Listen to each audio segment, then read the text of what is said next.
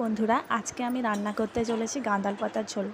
আর বর্ষাকালে গাঁদাল পাতার ঝোল কে না খেতে ভালোবাসে। তো আমি এখানে মিক্সিতে নিয়ে নিয়েছি গাঁদাল পাতাগুলোকে। ফার্স্টে একটু রফ ঘুরিয়ে নিচ্ছি, তারপরে এর মধ্যে একটু জল দিয়ে আরও মিহি পেস্ট করে নেব। আমরা দিদা ঠাকুমাদের কাছে শুনে এসেছি এই বর্ষাকালে গাঁদাল পাতার ঝোল খেলে নাকি গা হাত পায়ের ব্যথা চলে যায়। প্রথমেই কড়াইয়ে একটু 5 ফোড়ন, শুকনো লঙ্কা আর তেল দিয়ে দেবো পরিমাণ মতো।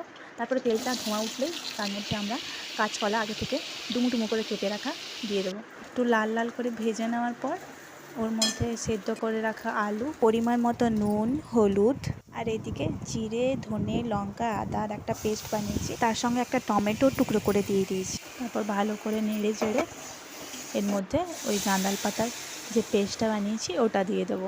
পরিমাণ মতো জল দিয়ে ঢাকনা দিয়ে দিলাম।